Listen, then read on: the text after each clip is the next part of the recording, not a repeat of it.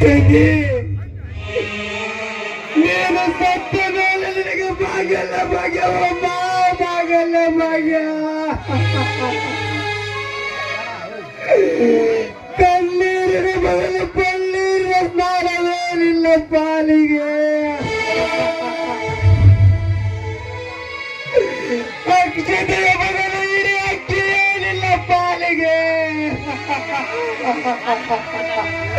ಅಯ್ಯೋ ತೆಗೀರು ಬಾ